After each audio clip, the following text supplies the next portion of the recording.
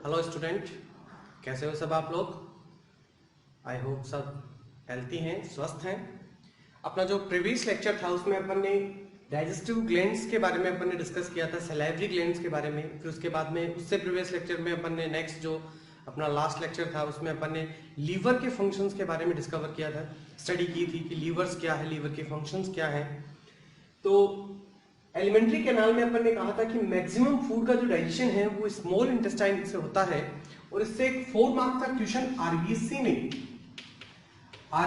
में 4 मार्क्स का क्वेश्चन कई बार पूछा गया है कि डिफाइन द डाइजेस्टिव सिस्टम या फिर define the digestion in small intestine, कि डाइजेशन को डिफाइन कीजिए स्मॉल इंटेस्टाइन के लिए। तो उसके लिए कुछ बेसिक केमिकल्स रिएक्शंस हैं और अपने को क्या कौन कौन से डाइजेस्टिव एंजाइम्स के नाम याद रखने पड़ेंगे। तो अपन आज पढ़ेंगे टॉपिक अपना डाइजेशन इन स्मॉल इंटेस्टाइन। पहले तो मैं आपको क्लियर कर दूं कि एलिमेंट्री कैनाल में मैक्सिमम फूड का जो डाइजेशन और एब्जॉर्प्शन है वो सबसे हाईएस्ट मैक्सिमम होता है स्मॉल इंटेस्टाइन में। उसका रीजन क्या है? उसका रीजन है because 3 types of digestive enzymes या digestive juice found in small intestine. तीनों के अपन ने नाम लिख रखे हैं। डाइजेस्टिव जूस कौन कौन से मिलते हैं स्मॉल इंटेस्टाइन में और कहां कहां से मिलते हैं उनके अपन ने नाम लिख रखे हैं। पैनक्रियाटिक जूस, नाम से ही समझ में आ रहा होगा कौन सी डाइजेस्टिव ग्लैंड से आएगा, सिक्रेट होगा, सिक्रेटेड बाय एक्सोक्राइन पैनक्रियाटिक एसिनाइन। ये मैंने क्या लिखा है तो मैंने आपको पहले ही बता दिया था कि एक्सोक्राइन जो पार्ट्स होते हैं ग्लैंड्स में उनका मेजर फंक्शन होता है किसी भी एंजाइम को सिक्रेट करना। डाइजेस्टिव एंजाइम हो, उन डाइजेस्टिव एंजाइम को सिर्फ और सिर्फ ग्लैंड का कौन सा पार्ट सिक्रेट करता है? एक्सोक्राइन। या तो वो कंप्लीट ग्लैंड कैसी होनी चाहिए? एक्सोक्राइन होनी चाहिए। या फिर उसकी अगर वो मिक्स्ड ग्लैंड है, जैसे पेनक्रियाज एक कैसी ग्लैंड है, पेनक्रियाज की अगर अपन बात करें तो वो एक मिक्स्ड ग्लैंड है। मिक्स्ड ग्लैंड है और अगर मिक्स्ड ग्लैंड की बात करें तो इसके अंदर दोनों पार्ट प्रेजेंट हैं, exocrine and endocrine.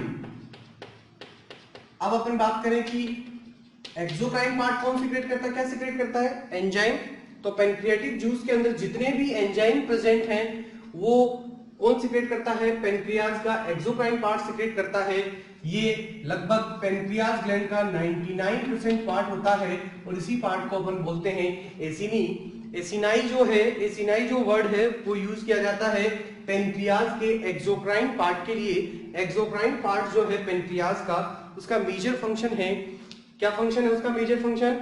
Secreted pancreatic juice. Pancreatic juice को सिक्रेट करना, सिक्रेट पैनक्रियाटिक जूस, ये मेजर फंक्शन है एक्सोक्राइन पार्ट ऑफ पैनक्रियाज का, जिसे अपन एसिनाई के नाम से जानते हैं।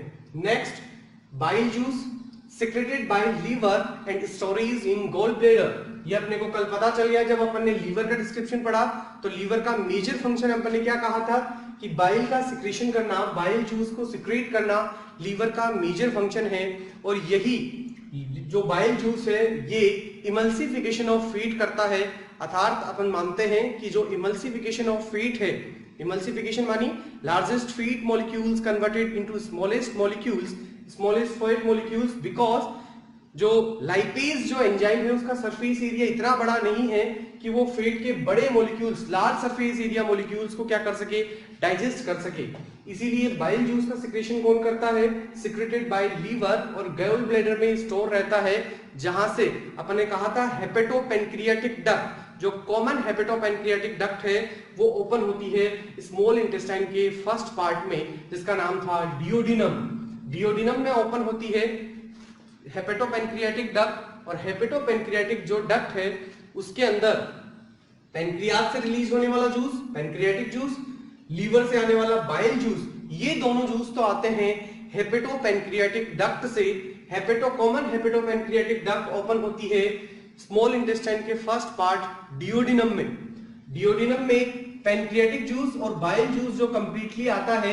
तो बाइल जूस में कोई एंजाइम नहीं है डाइजेस्टिव, लेकिन ये फैट के इमल्सिफिकेशन के लिए जरूरी है। फैट का डाइजेशन तभी पॉसिबल है जब फैट बाइल जूस से कंटेक्ट होगा। नेक्स्ट, इंटेस्टाइनल जूस, नाम से ही समझ में आ रहा है कि ये किसी ग्लैंड से सिक्रेट ना होकर इंटेस्टाइन में ही सिक्रेट होगा। तो इंटेस्टाइन की जो आप कह सकते हो क्रिप्स ऑफ लिबरकुन है, वहां पर गॉबलेट सेल्स प्रेजेंट होती हैं। ये गॉबलेट सेल्स ही क्या करती हैं, स्मॉल इंटेस्टाइन में सिक्रेट करती हैं इंटेस्टाइनल जूस को। इंटेस्टाइनल जूस के अंदर ब्रूनर्स ग्लैंड प्रेजेंट होती है ब्रश बॉर्डर के पास में। जो ब्रश बॉर्डर है, उस ब्रश बॉर्डर के पास प्रेजेंट ब्रूनर्स ग्लैंड्स और गॉबलेट सेल दोनों मिलकर इंटेस्टाइनल जूस को क्या करती हैं, सिक्रेट करती हैं। ये 3 सिक्रेशन है जो कहां से आ रहे हैं, इनको आप मेनली याद रखें, इंपोर्टेंट भी है कि पैनक्रियाटिक जूस पैनक्रियाज से सिक्रेट हो रहा है, secreted by exocrine pancreatic acini, secreted by liver bile juice, secreted by goblet cell intestinal juice. Basically इनको आप ध्यान रखें। अब इसी के अंदर मैंने कह दिया कि पैनक्रियाटिक जूस में तो कंप्लीट एंजाइम फाउंड है, complete digestive enzyme found in pancreatic juice. जितने भी एंजाइम चाहिए अपने को कार्बोहाइड्रेट के लिए, प्रोटीन के लिए, फैट के लिए, वो सब किसमें प्रेजेंट है, पैनक्रियाटिक जूस में। बाइल जूस में कोई एंजाइम प्रेजेंट है नहीं, बाइल जूस में कोई भी एंजाइम प्रेजेंट नहीं है, बाइल जूस में कोई भी एंजाइम प्रेजेंट नहीं है। तो अगर अपन बात माने तो पैनक्रियाटिक जूस ही इंपॉर्टेंट है डाइजेशन के लिए। और यहीं पर अपन डिस्क्रिप्शन पढ़ेंगे कि digestive enzyme found in pancreatic juice, कौन कौन से डाइजेस्टिव एंजाइम फाउंड होते हैं पैनक्रियाटिक जूस में। अगर अपन बात करें पैनक्रियाटिक जूस की स्ट्रेंथ्स, तो सबसे पहले ट्रिप्सिनोजन, काइमोट्रिप्सिनोजन और प्रोकार्बोक्सी पेप्टाइडेज, ये 3 एंजाइम जो है प्रोटोलाइटिक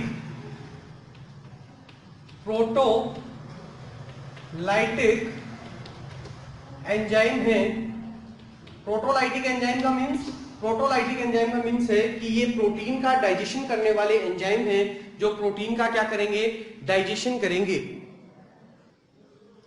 अगर अपन बात करें कि ट्रिप्सिनोजन, काइमोट्रिप्सिनोजन और प्रोकार्बोक्सी पेप्टाइडेज जो पैनक्रियाटिक जूस में प्रेजेंट होते हैं, पैनक्रियाटिक जूस में फाउंड आउट जो ट्रिप्सिनोजन, काइमोट्रिप्सिनोजन और प्रोकार्बोक्सी पेप्टाइडेज प्रेजेंट हैं। अगर आपको याद आ रहा हो तो अपन पहले ही जान चुके हैं कि जन जो शब्द है, जन जो टर्म है या प्रो जो टर्म है, वो इनएक्टिव के लिए होती है।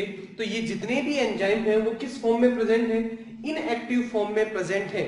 अगर अपन बात करें कि पैनक्रियाटिक जूस के जो प्रोटोलाइटिक जो प्रोटीन डाइजेस्टिव एंजाइम है, वो protein digestive enzyme trypsinogen, chymotrypsinogen और प्रोकार्बोक्सी पेप्टाइडेज इनएक्टिव फॉर्म में हैं। अब इन्हें एक्टिव फॉर्म में बदलने के लिए किस तरीके की रिएक्शंस होंगी, तो ये चीज आप जानते ही हो कि complete digestive enzyme found in pancreatic juice, जिसका पीएच है 7.5 से 8.0। अब यहां पर इंपॉर्टेंट आपको ये याद रखना है कि पहले तो आपको डाइजेस्टिव एंजाइम जो फाउंड है पैनक्रियाटिक जूस में, पैनक्रियाज के सिक्रेशन में, ट्रिप्सिनोजन, काइमोट्रिप्सिन और प्रोकार्बोक्सी पेप्टाइडेज, ये प्रोटीन डाइजेस्टिव हैं। इनका नाम क्यों याद है, इंपॉर्टेंट रखना, क्योंकि कार्बोहाइड्रेट और फैट के लिए तो 2 ही एंजाइम काम में आते हैं। कार्बोहाइड्रेट के लिए आप एमाइलेज, अपन यहां देखें तो अपन ने एमाइलेज का नाम लिखा है। ये जो एमाइलेज है ये कार्बोहाइड्रेट के डाइजेशन के लिए जरूरी है। इसका नाम जो है, नोमेनक्लेचर जो है, वो जहां से सिक्रेट हो रहा है उसी के बेस पे होता है। जैसे इससे पहले अपन ने सलाइवा से सिक्रेट होने वाले एमाइलेज का नाम सुना है, सलाइवी एमाइलेज, यही इस तरीके से इसका नाम हो जाएगा पैनक्रियाटिक एमाइलेज। ये एमाइलेज ही कार्बोहाइड्रेट के डाइजेशन के लिए है और फैट के डाइजेशन के लिए हमेशा लाइपेज ही वर्क करता है। इसीलिए आपको पता होना चाहिए कि स्टार्च और फैट के तो 2 ही एंजाइम हैं, एमाइलेज और लाइपेज, जबकि प्रोटीन के लिए स्टमक में अपने पास पेप्सिन और रेनिन थे, और यहाँ पर है पैनक्रियाटिक जूस में स्मॉल इंटेस्टाइन के पास ट्रिप्सिनोजन, काइमोट्रिप्सिन और प्रोकार्बोक्सी पेप्टाइडेज। अगर अपन बात करें कि इन्हें एक्टिव कौन करेगा, इन एक्टिव फॉर्म को एक्टिव फॉर्म में कन्वर्ट करने के लिए, देखिए इनएक्टिव से एक्टिव फॉर्म में कन्वर्ट होने के लिए अगर अपन बात करें तो ट्रिप्सिनोजन एक एंटेरोकाइनेज फैक्टर जो है वो स्मॉल इंटेस्टाइन के इंटेस्टाइनल जूस में प्रेजेंट होता है। एंटेरोकाइनेज, यह एंटेरोकाइनेज जो फैक्टर है, जो कैटालाइट फैक्टर है, ये ट्रिप्सिनोजन को ट्रिप्सिन में कन्वर्ट कर देता है। ट्रिप्सिनोजन इनएक्टिव फॉर्म है और इसे एक्टिव फॉर्म में कन्वर्ट कर दिया जाता है ट्रिप्सिन। तो रियल में आप कहोगे कि स्मॉल इंटेस्टाइन में पैनक्रियाटिक जूस पे ट्रिप्सिन एक्टिव एंजाइम है जो प्रोटीन का डाइजेशन कर सकता है। काइमोट्रिप्सिनोजन, काइमोट्रिप्सिन को अब एंटेरोकाइनेज कन्वर्ट नहीं करेगा, जबकि जो प्रोडक्ट एंटेरोकाइनेज से बना है वही प्रोडक्ट आगे चलकर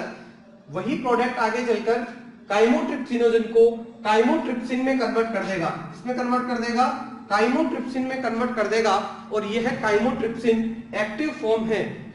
यह कास्केड मैकेनिज्म है, जब किसी फर्स्ट रिएक्शन का बना हुआ प्रोडक्ट नेक्स्ट रिएक्शन के लिए कैटलिस्ट का काम करता है, तो यह कास्केड मैकेनिज्म है जिसमें ट्रिप्सिन के थ्रू काइमोट्रिप्सिन में कन्वर्ट हो जाएगा।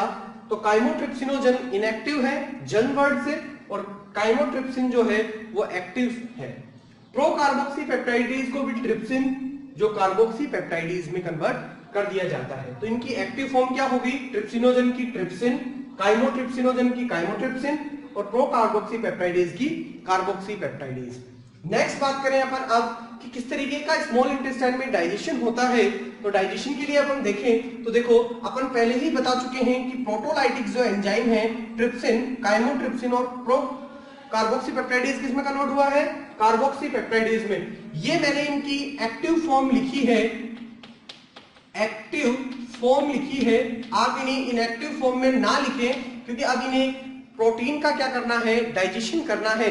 प्रोटीन डाइजेशन की अगर अपन बात करें तो प्रोटीन्स, पेप्टोन्स और प्रोटीएज, प्रोटीन जो है वो किन किन फॉर्म में प्रेजेंट है? अगर लार्जेस्ट प्रोटीन की बात करें तो प्रोटीन, पेप्टोन्स, प्रोटीएज, इनको ट्रिप्सिन, काइमोट्रिप्सिन और कार्बोक्सी पेप्टाइडेज, ये जो प्रोटोलाइटिक एंजाइम है, ये डाइपेप्टाइड्स में तोड़ देंगे। इसका मतलब आप कह सकते हो यहाँ पर 2 अमीनो एसिड जुड़े हुए हैं, और आगे चलकर डाइपेप्टाइडेज एंजाइम के थ्रू ये डाइपेप्टेज जो है अमीनो एसिड में कन्वर्ट हो जाएगी, और सबसे जो स्मॉलेस्ट फूड है, complex food converted into simplest food, यही हुआ है डाइजेशन में। और यही पूरा मैकेनिज्म अपन ने पढ़ा है कि कॉम्प्लेक्स फूड को सिंपल में बदल दिया। कॉम्प्लेक्स फूड था प्रोटीन, जिसको सिंपलेस्ट फूड में किसमें कन्वर्ट कर दिया गया है? ये सिंपलेस्ट फूड है अमीनो एसिड्स। नेक्स्ट अगर अपन बात करें कि यहाँ पर अपने को याद हुआ है कि पेनक्रियाट में जो पेनक्रियाटिक जूस में प्रेजेंट जो एंजाइम है ट्रिप्सिनोजन, काइमोट्रिप्सिनोजन और प्रो कार्बोक्सी पेप्टाइडेज, इन्हें एक्टिव फॉर्म में बदल लिया गया, ट्रिप्सिन, काइमोट्रिप्सिन और कार्बोक्सी पेप्टाइडेज। लेकिन नेक्स्ट विषय में अगर अपन बात करें कि starch is known as carbohydrate, this polysaccharide है, एक लार्ज कार्बोहाइड्रेट है। इसे एमाइलेज, पैनक्रियाटिक अल्फा एमाइलेज के थ्रू किसमें कन्वर्ट कर दिया जाएगा? डाइसेकेराइड में। और डाइसेकेराइड का मतलब जानते हो कि इसमें 2 सेकेराइड यूनिट जुड़ी हुई है, मतलब आप कह सकते हो 2 ग्लूकोज प्लस ग्लूकोज जुड़े हुए हैं। ऐसे जैसे माल्टोज, 2 ग्लूकोज की बात करें, अगर एक ग्लूकोज एक फ्रुक्टोज है, तो अगर अपन बात करें तो जो सुक्रोज है, फ्रुक्टोज है, लैक्टोज है, ये डाइसेकेराइड है। माल्टोज, लैक्टोज, सुक्रोज, ये सब डाइसेकेराइड है। फीड्स जो है, फीड को कन्वर्ट कर दिया जाएगा लाइफेज से, जो डाई या मोनोग्लिसरील्डिहाइड में चेंज हो जाएगी। और डाई और मोनोग्लिसरील्डिहाइड के अंदर अगर अपन माने तो अपने पास फैटी एसिड और ग्लिसरील्डिहाइड प्रेजेंट होंगे, जो सबसे बेसिक फीड्स हैं, मतलब कॉम्प्लेक्स फूड को सिंपलेस्ट फूड में कन्वर्ट कर लिया गया है।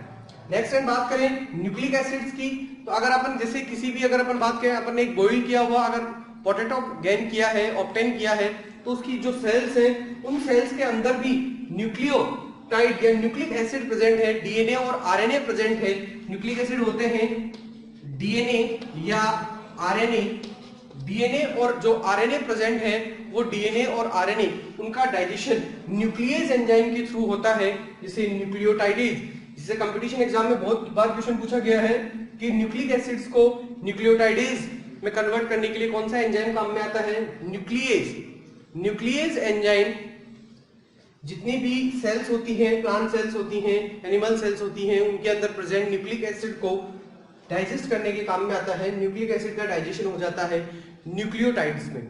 ये आज अपना जो टॉपिक है, वो टॉपिक है डाइजेशन इन स्मॉल इंटेस्टाइन। आप कह सकते हो कि यहाँ पर स्मॉल इंटेस्टाइन में अपन ने डाइजेशन के बारे में पढ़ा है कि स्मॉल इंटेस्टाइन के अंदर डाइजेशन किस तरीके से होगा। अगर अपन बात करते हैं कि डाइजेशन यहाँ पर मैक्सिमम डाइजेशन हो चुका है, एब्जॉर्प्शन भी, इसकी ब्रश बॉर्डर स्ट्रक्चर और जो विलाय स्ट्रक्चर है उस विलाय स्ट्रक्चर के बेस पर स्मॉल इंटेस्टाइन में डाइजेशन स्टार्ट हो जाएगा और एब्जॉर्प्शन भी कंप्लीट हो जाएगा और डाइजेशन भी। अब जो फूड मूव आउट करेगा वो करेगा लार्ज इंटेस्टाइन में, और लार्ज इंटेस्टाइन में सिर्फ और सिर्फ एक्स्ट्रा वाटर और मिनरल्स का एब्जॉर्प्शन होता है। वहां बहुत ही कम डाइजेशन पॉसिबल है ही नहीं, वहां सिर्फ एक्स्ट्रा वाटर और मिनरल्स का एब्जॉर्प्शन होता है। नेक्स्ट अपन जो पढ़ेंगे वो डाइजेस्टिव सिस्टम से रिलेटेड कुछ डिसऑर्डर्स हैं और कंसेप्चुअल बातें जैसे एसिमिलेशन है और एब्जॉर्प्शन है, और एब्जॉर्प्शन के साथ इजेशन है। कुछ बेसिक पॉइंट्स हैं जिन्हें आप नोट्स के थ्रू भी पढ़ सकते हो, लेकिन यहाँ पर आज अपने पास digestion in small intestine complete है। इसमें आप बेसिक एंजाइम्स का फॉर्म भी याद रख सकते हैं आगे चलकर, कि जैसे डाइसैकेराइड को कन्वर्ट करने के लिए जैसे माल्टोज को कन्वर्ट करने के लिए माल्टेज है, सुक्रोज को कन्वर्ट करने के लिए सुक्रेज है, लैक्टोज को कन्वर्ट करने के लिए लैक्टेज है, पेप्टाइडेज जो पेप्टाइडेज है उनको कन्वर्ट करने के लिए पेप्टाइडेज है, एंजाइम है पेप्टाइडेज को, ग्लिसरॉल्डिहाइड्स ये तो कन्वर्ट होते ही रहते हैं। तो ये बेसिकली कन्वर्टिंग सिस्टम आप ध्यान रखें, और इन एंजाइम्स का नाम भी आप ध्यान रखें। कई बार क्वेश्चन पूछा गया है यहाँ से 4 मार्क्स का कि आपको कंप्लीट डाइजेशन को एक्सप्लेन करना है स्मॉल इंटेस्टाइन की। ठीक है, thank you for watching, all the best.